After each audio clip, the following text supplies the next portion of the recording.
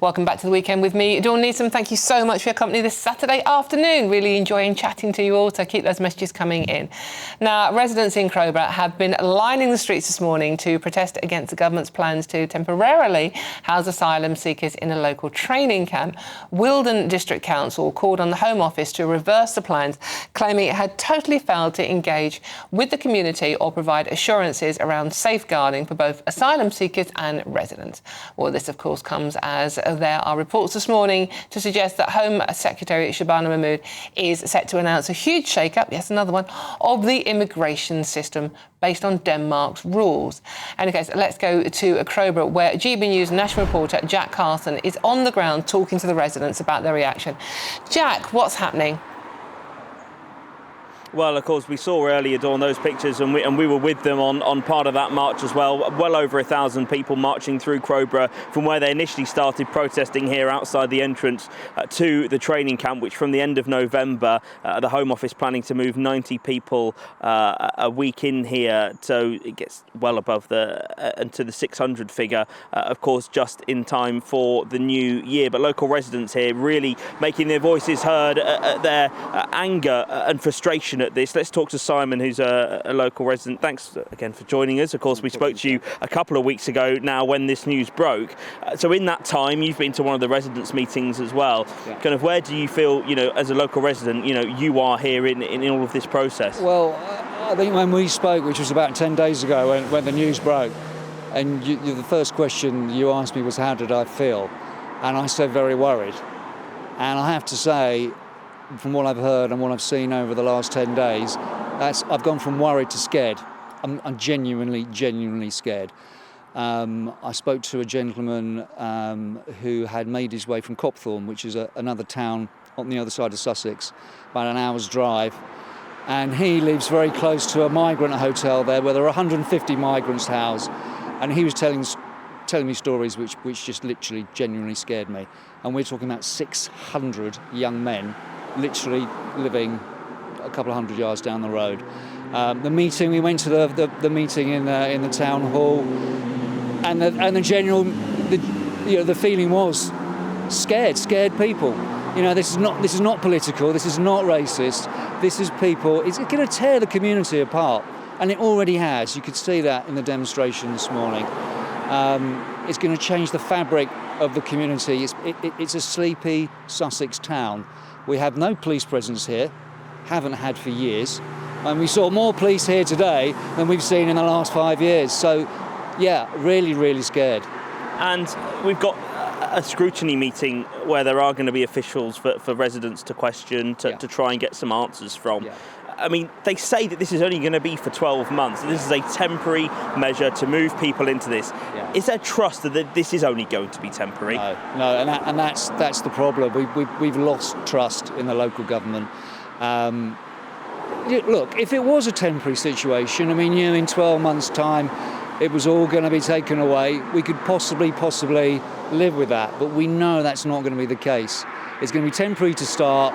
And everything that we've heard is there are going to be movements to make it a permanent processing centre.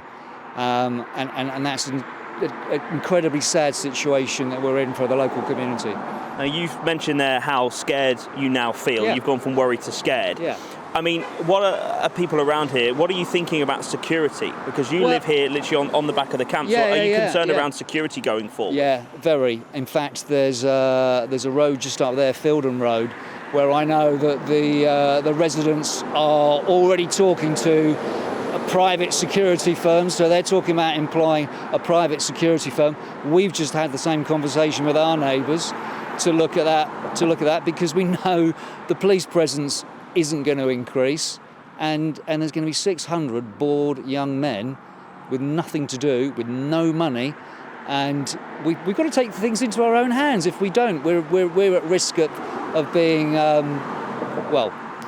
either having our property damaged or physically damaged. We've got to do something about it ourselves. Big Tech has turned your phone into a surveillance device, harvesting your data, tracking your location, and selling your information to corporations. Unplugged built the Upphone to fight back. It's the only smartphone with hardware-level privacy protection, completely blocking data harvesting at the source. It features a physical kill switch that cuts power instantly when you want to go dark, giving you control big tech took away. Unplugged puts privacy and sovereignty first. The Upphone is built to British standards, designed to keep your data in your hands with independent servers, its own app center, and no corporate gatekeepers. You can access what you choose. No censorship, no app bans, just freedom. Everyone else is playing by big tech's rules. Unplugged rewrote them. The Upphone runs on an operating system with 0 backdoors and a firewall that blocks thousands of tracking attempts every single day. The Upphone includes a host of unique security features. The device can be set to have its memory wiped regularly, and if someone demands your PIN code, well, you can give them a false PIN that will wipe the device. It's called Emergency Reset. Privacy isn't a feature with Unplugged, it is the foundation. To get yours today, click the link in the description now. We spoke last time about considerations that you were looking to sell, given your own circumstances with family members growing up and your kids moving out. Yeah. I mean, is that still something you're looking at? We can't. Our house, we're in the property industry. We know a lot of estate agents. I was speaking to a local estate agent a couple of days ago, and I know him. I've known him for a number of years. He sold the house we're in to us, and he said, "Simon, I hate to say this, but your house is worthless." I mean, that's the reality that we're in. We're in that house for the rest of our lives. And don't get me wrong, it's a nice house, but that's where we are. And unfortunately, I can't see that changing. Even if it was a temporary situation, but the damage has almost been done, because people are going to look at Crowborough in a completely different light from now on. Simon, thanks so much for joining us and giving us your thoughts once again. Simon, of course, lives just right near this migrant camp, or what was planned to be a migrant camp. You just hear those concerns that Simon talking about, concerns which have been reflected to us all day here. There's a lot of people worried about exactly the impact on this community if these asylum seekers are to be moved here, planned to by the end of this month. Jack, just quickly, you know what I find remarkably upsetting about the whole story is not just that people are obviously frightened, but everybody you've interviewed for us today has said, "I'm not being racist." And of course you're not being racist. No one in their right mind would accuse you of being racist. But the fact they have to try and point out that we're not racist, it's so sad that people have to start off by saying that. And you're just genuine residents concerned about what's happening to your area with, as we say, 600 undocumented young men free to roam that village. Well, certainly, and people feel that if they say anything like that, they are immediately going to be tarnished with a brush. And as you just heard from Simon, these are genuine concerns. The signs and the banners that we saw here at the protest today were about protecting women and children in the area. Those people, and we spoke to plenty of women today who are scared about their safety with the fact that people who will be housed here will be allowed to roam free, not knowing in their opinions who those people are. Those are valid concerns for those people. And of course, we've seen in the news reports of what has happened around asylum hotels all around the country. I've been in court cases covering some of those. So we've seen the impact that there can be. And so they are genuine concerns. But people, of course, feel like they have to lead with that phrase, Dawn, because they feel like they're going to be tarnished with a brush otherwise. Of course, it's incredibly sad. GB News national reporter Jack Carson. Jack, thank you very much for doing a sterling job down there for us.